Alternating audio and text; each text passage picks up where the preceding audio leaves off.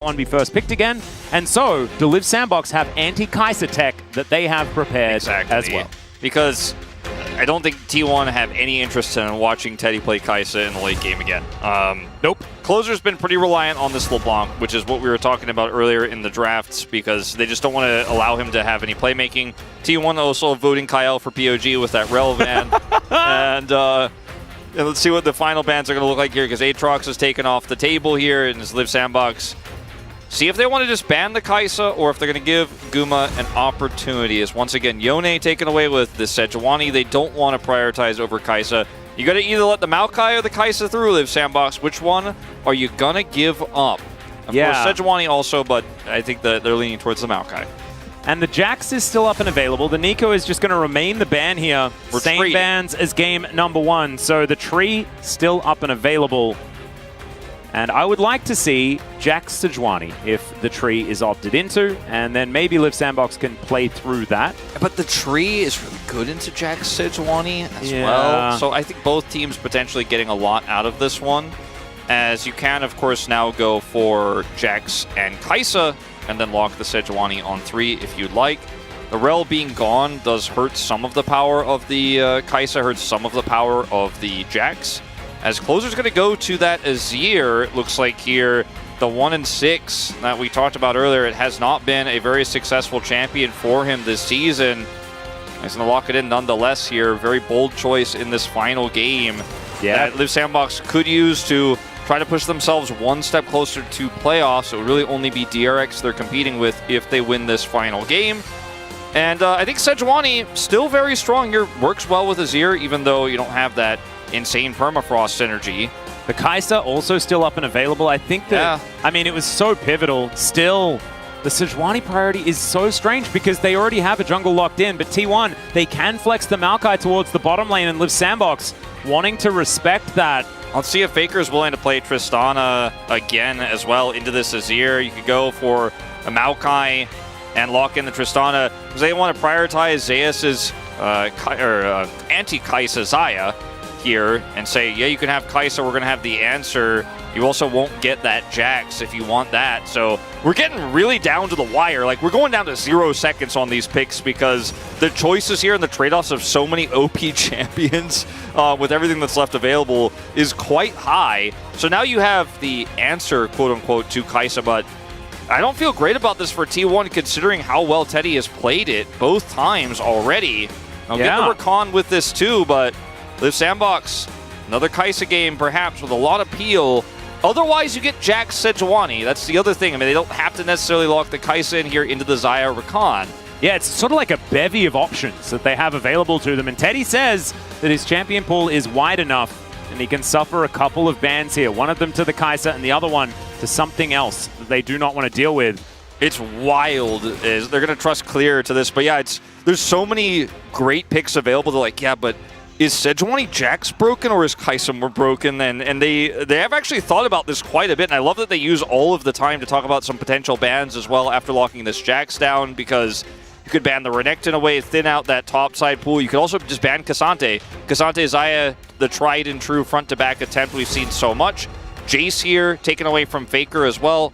I think Jace Rumble need to be banned because I think that Zeus, even though it's Jax Sejuani and woo, it's really strong, but Zeus just destroys people on that pick, and it means that Faker can go towards a more AD focused pick. Of course, the Jace not available, but there are other choices that he could make.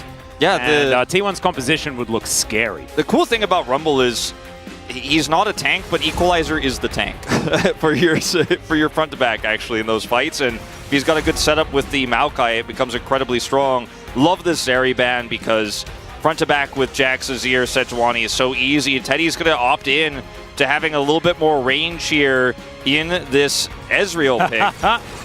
Was flirting with the Vayne pickup. Ezreal, the champion that he was playing in that game that we were talking about that went 92 minutes. Very cool. Actually, no. Was he the Sivir? No, it was Bang that was playing the Ezreal. Never mind. Ezreal was in the game, though, so I guess there's that. The K'Sante that Huni stated is very, very high priority at the moment will be considered here by T1. Instead of banning the K'Sante, they banned the Tristana, so See if Faker wants to play this. Okay, that's Zeus. This is the oldest Azir counter that we have ever had. I remember this in 2015 in the LPL. Xiaohu playing both sides of this matchup when he was on Game3, a team that no one even remembers anymore. It's the newest not counter to Azir, though, apparently, because it's 0 and 3. It has been attempted multiple times here as... By Bulldog, as Oner goes back to his favorite, and that is top Maokai. All right, so top Lee Sin?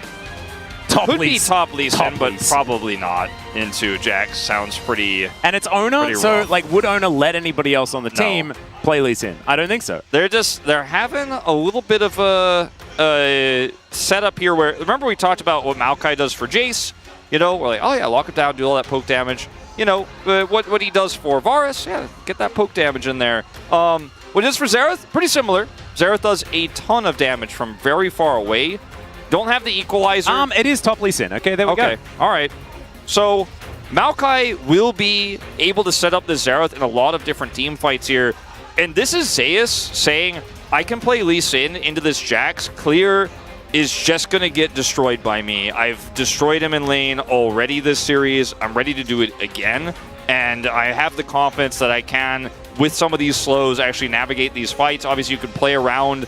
Both of these champions can jump towards, so it's going to get a little bit crazy up there in terms of mobility and trying to avoid the counter-strike. I think re-engaging after the counter-strike, after ward hopping. There are ways to finesse this one, absolutely, as the Lee Sin. But it feels really risky, and the Xerath, extremely fragile into what Live Sandbox have put together here. It's just an untested composition here. You could see the theory behind it for T1, but I'm not ready to trust it just yet, to be honest with you, Atlas. Yeah, it's a little bit of a risk that they are perhaps taking here as Faker goes back to the oldest tech in the book, the Shuriman matchup between Xerath and Azir, a battle that's dated back 8 years. Absolutely insane. On the other side, Live Sandbox do have one of the oldest bottom lanes, the Ezreal Leona, to come through here. The Jax and Sejuani going to be a big focal point, and Closer trying to redeem himself on the Azir. So many stories, let's get into it.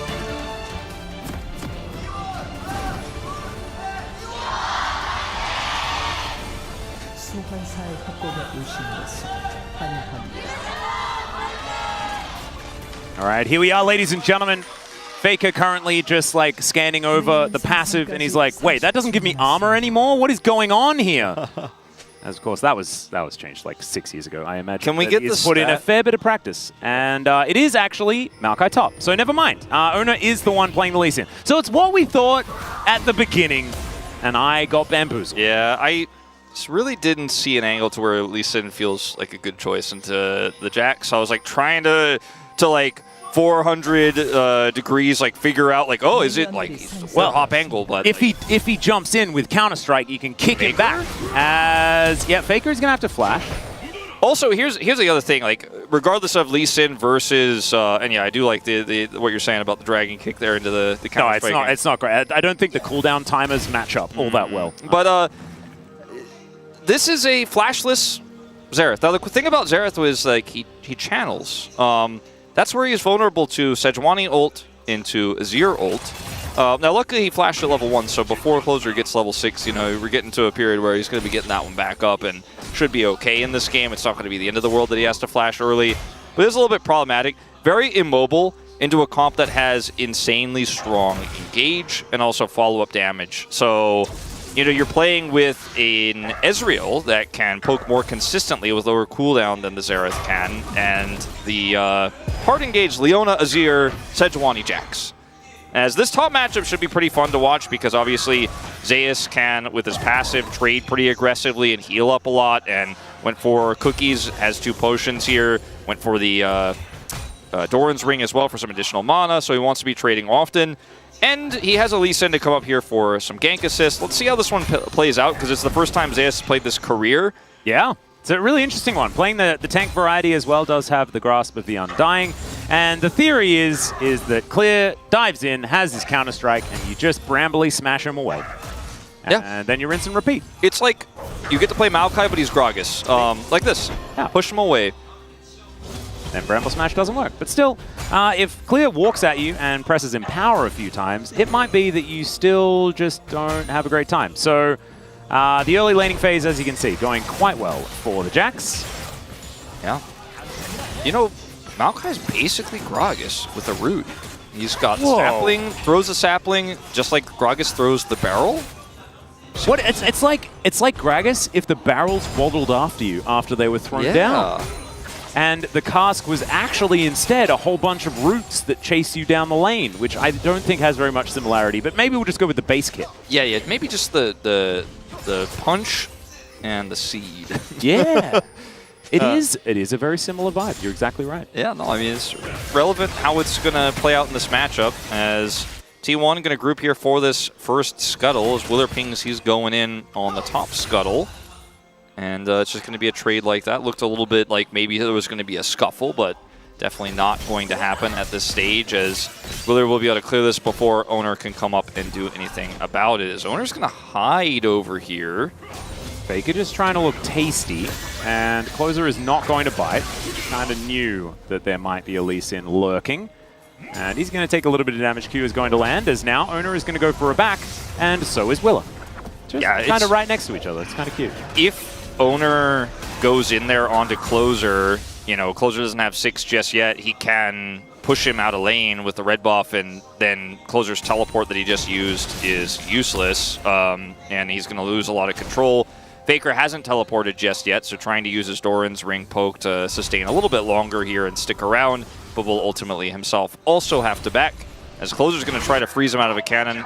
Won't be successful. That is a cannon being taken there by Zeus, and actually wins out quite nicely in the trade. Doesn't have a lot of mana left available, but has some cookies to eat, as Oner, a possible first blood angle here is clear. Will have the counter-strike back up and available. Zeus was trying to get it out. And Willer here for the counter gank. Should be a 2v2 if Oner is going to go in.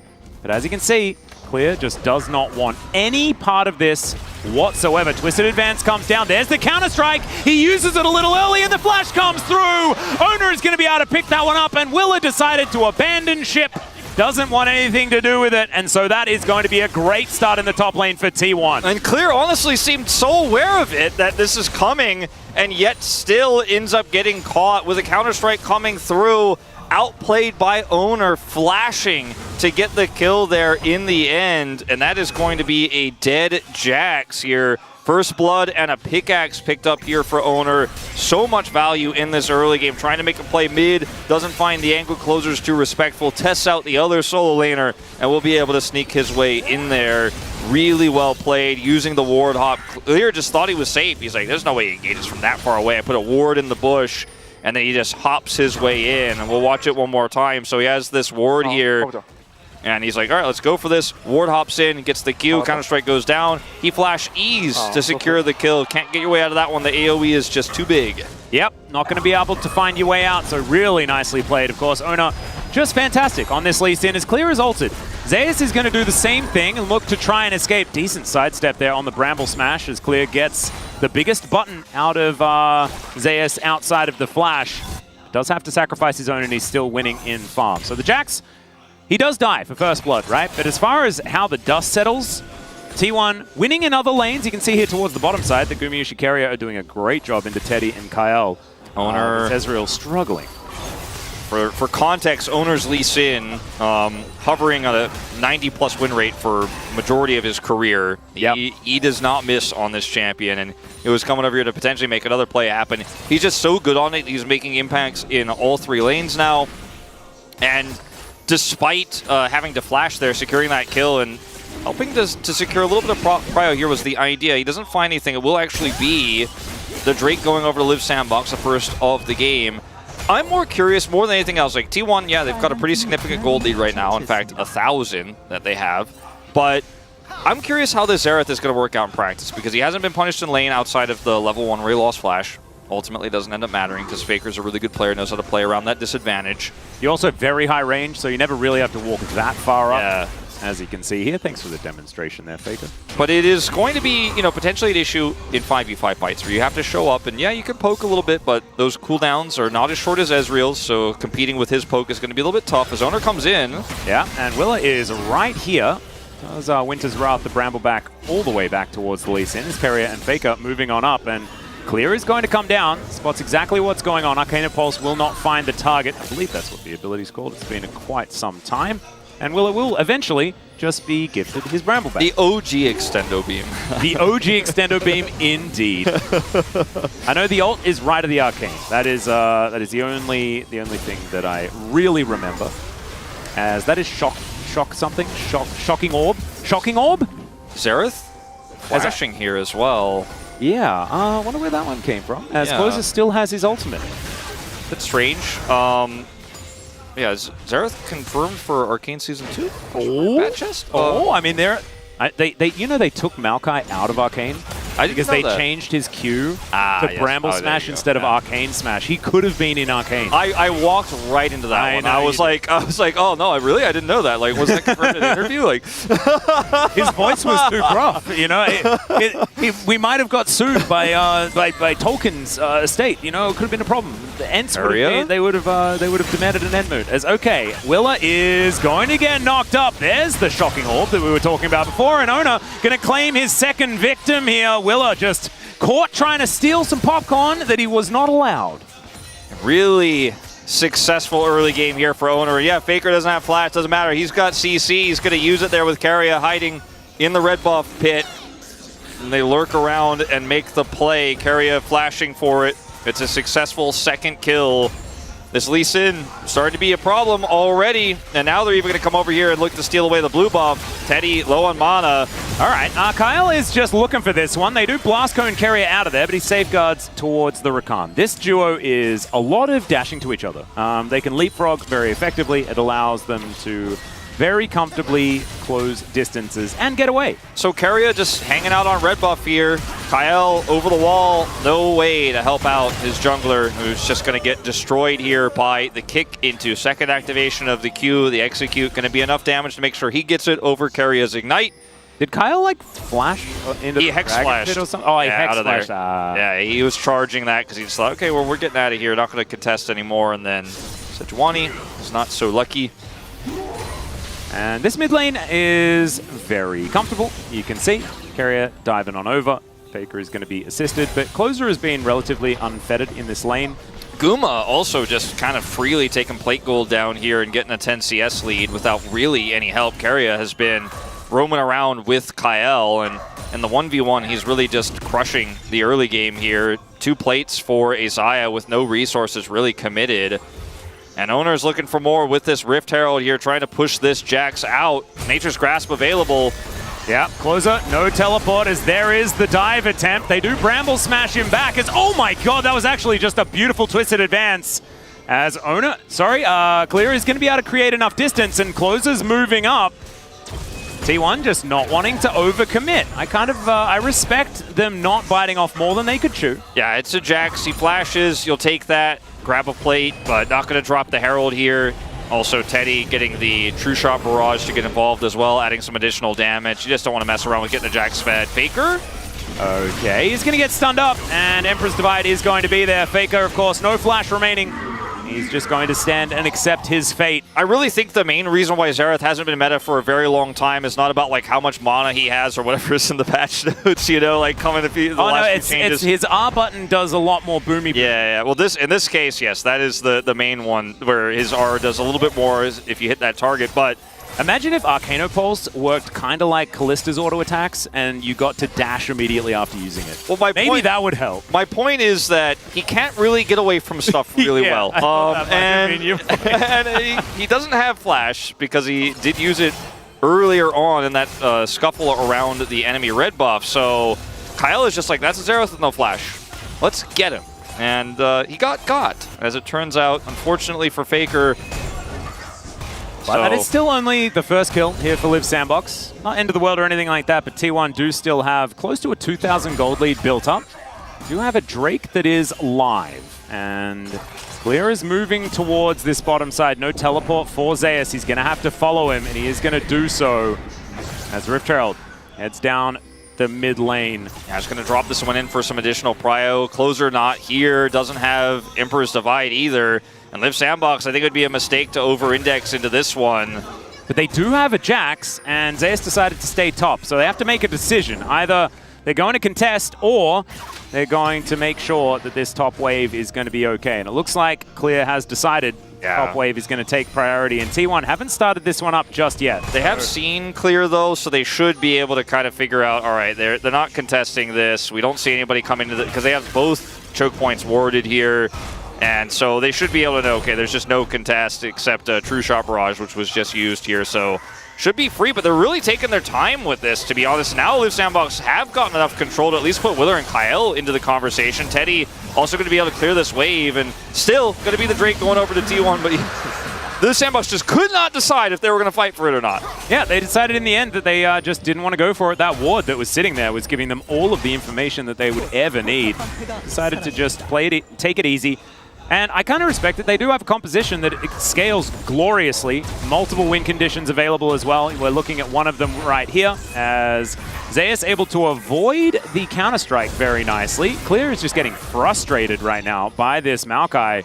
It's just kiting the Jax, keeping him at arm's length. Yeah, really playing this matchup pretty well so far. And Dragons traded its an Ocean Soul, our first non-Infernal of the game here, as Willer will be seen by a Sapling. That's another thing you could do with Maokai top, is just always have vision here of any weird gank timings or counter gank timings, where the enemy jungler is at all times when he's around the top side of the map. Getting all of that information feels very nice. And the next fight we're going to have here on the second Rift Herald is going to be a pretty pivotal one, especially if Teddy is able to get some kills here. It's Leandri's on this Azir. They are definitely playing into the fact that they need to be able to offer some sustained damage back into this Maokai and the Xerath poke. And they know that they have better range than the Xayah, so they can either find the Xerath or just do more damage than he does in an extended fight. They should be feeling pretty good. But they're not going to actually commit to the group on Herald. They're a little bit slow to this one. Looks like Teddy's going to stay in the area. They're just going to let this one go, and Faker very respectfully says, you know what, looks like they're not contesting Herald. I'm not going to be anywhere near a potential engage. Well, Right of the Arcane, as we were talking about before, is the rights to Arcane, I believe, still are in Riot Games' hands, but they are now in the bottom lane as well, as they just destroyed the minions. And T1 now just moved from taking the Herald to taking first brick towards his top side, most likely, unless Closer can get this one done earlier. I don't think that it is anywhere near low enough, and certainly not a lot of damage was done to it prior as Willer waiting in the wings. You can see Gumayusi taking a little bit of damage here as the Glacial Prison does go a bit wide. I'd say, you know, a bit wide if you call wide heading to Narnia. Yeah, no, I mean, it's quite wide, actually, I would say. Not really that close. And the outer turret now going to fall down. Kyle in a bit of trouble here as he walked pretty far forward, but they don't get a secondary charge. 2 turrets for 1, slower turret for Liv Sandbox. T1 winning the macro exchange here. And it would have been okay for Liv Sandbox if they had killed Faker bottom, but he just walked away, gave up some CS, but not even all of it. As you say, he used his ult to clear a lot of that wave, slow down the Azir turret take, and then they make that play happen topside. They drop the Herald mid, and T1 is just picking up so much gold here around the map. It's only 1 kill the advantage here, but 2,000 in gold. Well, there is the Emperor's Divide. No kick from Oner. As the quickness comes on through, Oner going to get the mini kick into the wall as Closer is going to flash. They dive forward, but I don't think it's going to be enough. Oner tanks another turret shot, but there is no damage coming from Willer. So he's going to flash for no reason. It's been a while since we've gotten to kind of just enjoy the Oner Lee Sin, hasn't it? Right. But, you know, I'm here for it right now. I'm watching the mechanics on display. Goes for the slow to guarantee the Q. Gets the kick to make sure he could do, or, you know, get in there and do all of that damage. And then it's enough to follow up there. And he goes down, and, like, there's just nothing Closer could do in this moment. You know, Emperor's Divide outplayed. And straight up, that's just a kill going over to T1 on the bottom side of the map, with Liv Sandbox just not getting a whole lot of control anywhere, to be frank with you, Atlas. Yeah, everything is on this Lee Sin now. Oner is just massive. And as we saw, Closer does manage to Emperor's Divide. That's decent. Keria, but still, the flash quickness, the kick into the wall. And we're just seeing, like, the power of this combo, right? The Rakan Lee Sin is just such a great CC duo. So mobile. Yeah. It was actually, of course, Keria who allowed him to outplay the Emperor's Divide. Misspoke there. And Liv Sandbox, you know, you fall into a bit of a hole here, but there are some good angles to come back in this game. You know, again, the ease of executing Faker with his lack of mobility. Obviously, the side lane of the Jax. A little bit tougher in this game, obviously, when you lose a lot of control, for Clear to be able to put pressure on, even though, you know, eventually he should be able to get on top of this Maokai, even with the punches denying some of his early game counter strikes. As Oner, he's looking for more. He says, oh, closer, no flash. Let's see if we can get some other people to come over here. We'll get Kyle's attention. Yeah, a little bit of a kick down there. And if all of your kills are on a Lee Sin, it can be a little bit worrying, right? Because Lee Sin doesn't exactly have the greatest scaling in the universe. As you get to later in the game, yes, he might be a little bit tankier and stuff like that, but it is not necessarily the be-all and end-all. Unless you're in solo queue and, you know, he's building lethality Lee Sin or something like that, and he just steamrolls everyone. But when the phalanxes are set up, it's the kicks that are going to really do it. But Oner has demonstrated to us many, many times that he can get that done. As closer, he's going to have to get out of there. Faker just slowing him down, throwing all of his abilities out. That is going to guarantee that this first Ocean does go to T1. And Ocean Drakes against all of the poke of both of these compositions feels really valuable for both teams. The Soul obviously going to feel great too, because you're going to be able to reliably proc it with these poke champions who will be kind of dueling against each other. And I'm mostly talking about Xerath versus Ezreal, and see that Faker is going to lurk around in this area, potentially deny it back. Kyle is going to stop it. Oh man, he is being so annoying. See, Faker like just barely getting into range is now okay. Kyle is desperately trying to get this kill. He's greeting Faker. Yeah, there's the Solar Flare, gets the flash. You will take that trade if you are Live Sandbox, but still, they're not going to be able to get a kill. And that is a fair few resources invested towards the bottom lane just to get a flash out of Faker. Yeah, T1 are going to get some deep vision for this. You know, Faker's calling, all right, at least get something on the top side. I'm unsuccessful here at really getting high value. We'll have to flash, but you can see that Kyle staying means that there's a lot of lack of vision here now on the top side of the jungle here for Live Sandbox, which is very annoying and frustrating to play into this Fed Lee Sin, who now has a cleaver picked up here. Sub 20 minutes, so 2 items for Oner, 2 items for the Maokai, who's starting to get a little bit tankier, and Faker maybe, you know, a little bit behind here in terms of CS, but he's maintained item parity thus far with Closer. No objective to fight over here for the next 3 minutes, and it's really the onus on T1 to try to use this gold lead for Oner to find picks. You can see that they're trying to push around that top side, get some deep vision around this Baron, and threaten Live Sandbox into fights that Live Sandbox definitely don't want to take right now.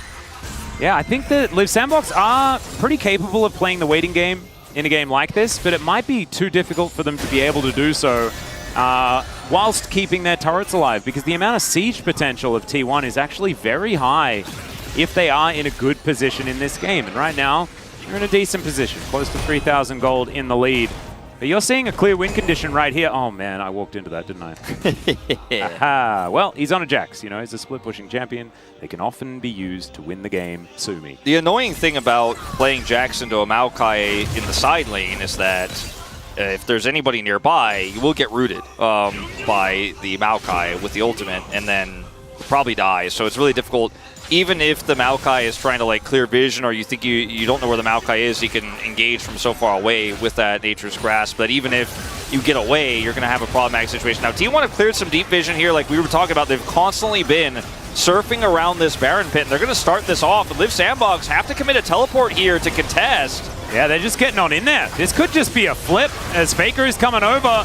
There's the Arcano Pulse. They get the kick out. There is the secure, but can they win the fight? The True Shot Barrage does decent work as Closer looking for his angle. He gets in and finds 2, but I don't know whether it's going to be enough. The Rite of the Arcane is soaring through, and it's so much damage as Gumayusi as well, doing a whole bunch. Teddy just trying to get that footwork to work out as the Q is going to miss. And now Teddy is looking for the carry angle, but Oner, he sinks his fangs in, and that is going to be that. Kyle, nothing that he can do. It was almost super carry Teddy, but it wasn't. The ace in the end, the Baron on top, and T1, I think they are going to be able to take this game. It looks likely, and I mean, they could just push for this inhibitor right now. All these death timers coming up pretty soon here, since we're only 22 minutes into the game. See if they actually do commit all the way to that inhibitor. They're just going to use the Baron empowered recalls. But watch this fight because it's beautiful. Got a ward over the pit. You are so far away as Clear, or rather as Willer. They know this. They has ulted. He can't contest, kicks him away. And then, where's Xerath? Oh, he's on another planet doing damage in this fight? Yeah. How can we counterplay that? Can't get on top of the Xerath, and he's actually in a different Summoner's Rift. As watch Faker just take pot shots here, closes it for his divide attempt. just outplayed here by T1. Guma's got his ultimate, and he'll live long enough here. And then Faker at full health. By the time he joins in the fight, he doesn't care about Teddy's damage. He's just putting so much in. And Keria, look at that, zipping through, giving an additional shield. And once the enemy Teddy, the enemy Ezreal is dead, it is just so easy to clean up the last part of that fight. And now, 5 kills on Oner. Guma got a bounty. Faker got a bounty. Look at that gold lead just explode, doubling here for T1. Yeah, the good old Baron plus Ace situation, the 5,000 gold Baron power play. Clear is going to move it maybe to a 4.5. But we're going to see T1 trying to gather some more here as, yeah, the Space Nature's Grasp does come through. Kyle trying to escape this one. Right of the Arcane, kind of terrifying. At this point in time, does push them all the way back, and the inner turret will be secured. Wow. Horizon Folk, and he's like, this item was made for Xerath. I mean, it does really work. It is like, if you have a look at the icon, it looks a little bit like little Xerath. Yeah, kind of. It's like, I can see his hand on the left there. Yeah, it's like a wing or a hand or something. I've never really looked at it that closely. I've never actually looked at it closely ever. It looked like a stopwatch that went wrong, you know? Yeah. Something been a bit about squid. This stopwatch. It's like, no, someone hasn't like played the rearranged game in Banjo-Kazooie yet on the puzzle, and so like it's not actually working. But then eventually you can go to stopwatch land. Eventually it's a stopwatch. You know, you have to spin it around a little bit. Well, this one looks pretty rough for Live Sandbox, and what this means is if Live Sandbox lose this, nothing is decided today in terms of playoffs. Bro already eliminated, of course. Nothing happens to T1 either. They're not going to move up. They'll end the season at 50-50, 9-9 for the season. They'll stay in 5th place. But for Live Sandbox, you really want to fight back for this one, because if you win this, you're only competing with DRX. You eliminate Nongshim and Kwangdong Freaks if you are able to win this final game, but it doesn't look likely anymore after that absolute crushing defeat on the Baron.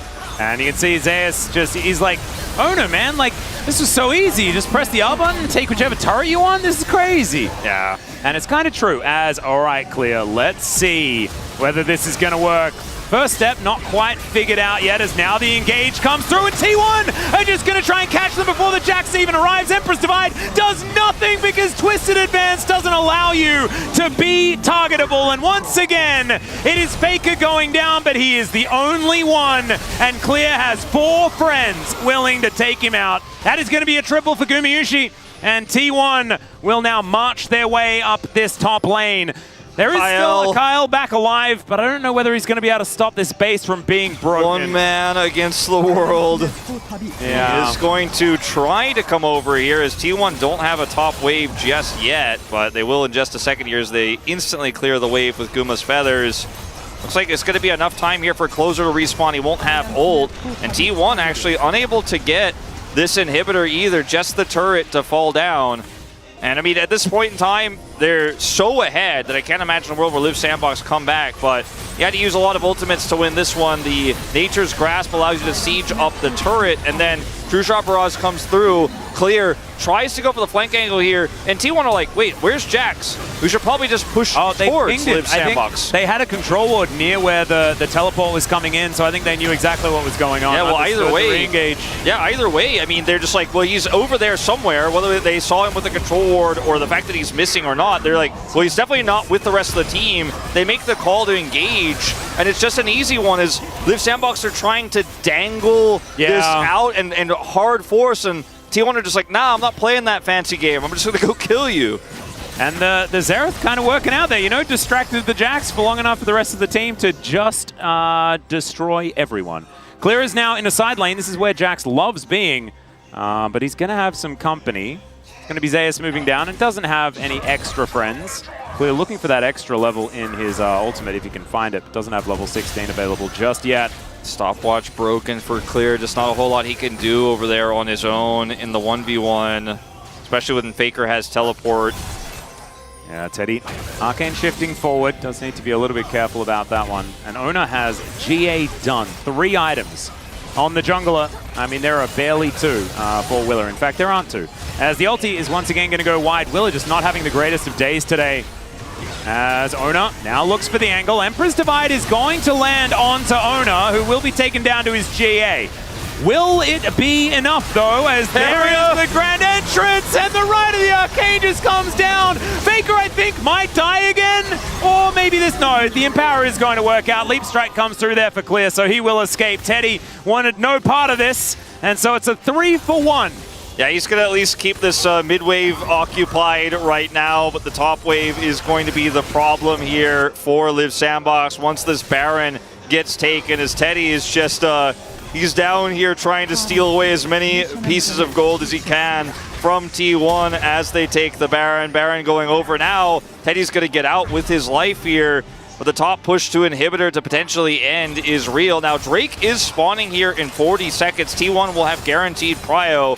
And this call here from Oner looks a little bit silly, but Keria and he always had a plan to look for a forced engage here. And when Oner ends up popping his GA, what he's also done is gotten Emperor's Divide, which is Keria's worst enemy when he's trying to make plays like this one. Flash, triple charm, double knock-up, Xerath for the follow-up, easy.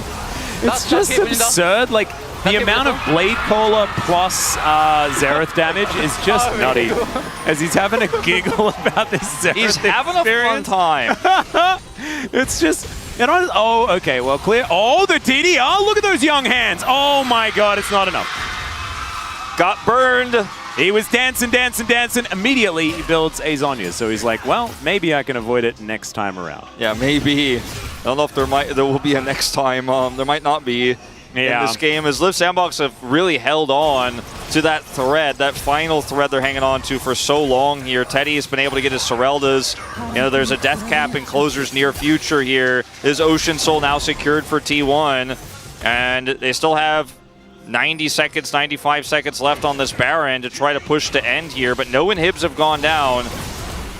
Keria could find a potential angle with Sandbox a little bit split up here. Teddy, he's got 3 items like you were talking about, but it really just doesn't feel like he's doing any damage at all. As you can see, just tickling both Keria and Zeus. It's actually a very tanky Rakan. 14 assists in this game. Yeah, really difficult to get through this Maokai as well, as Guma is just never really under threat. It's hard to hit this guy when he's perfectly positioned every time. Well, Keria dashing around. Kyle looks for the back line. They do manage to find the front line as Zeus may be taken down low, but he's got so many tools to keep him alive. Teddy at full health right now, as it's only Kyle that has fallen just yet. The first inhibitor will be taken, and T1 5 versus 4 now. Just the war of attrition. I think that if you're going to engage, maybe not the Maokai. Yeah, probably not that one. They wanted to get on top of Guma, at least force out his ultimate. Kyle unsuccessful there. And Live Sandbox, I mean, they're trying to use True Shot Barrage here to keep T1 at bay, at arm's length here, but there's a limit. Closer still has his Emperor's Divide. They have the Nexus turrets, and I think that's where they're going to try to make their stand here if T1 further commit. Yeah. He has full health, teleported back in. Yeah, Gumayusi relatively low, might be a target, but Clear just walking up towards them. Closer in the back, trying to get damage down where he can. That's a beautiful stun there as Willa has to Arctic Assault himself out of the way. And Nexus turret number 1 going to fall. Closer, no flash. Hard to find a Emperor's Divide angle here. We'll put up the Sun Disc turret to try to buy further time. One more chance. Yeah, the Nature's Grasp does come through. Counter-Strike trying to work out, but the Dragon Rage kick is just fantastic. Kyle still manages to get in there. Emperor's Divide onto 2, but now that is not a tool that is left available. And Clear, we've seen this one before. Yeah, you might be able to kill him, but you're not even able to do that this time around, as T1, the 3rd time of asking, will claim the Nexus and make it a 2-1 over Live Sandbox here.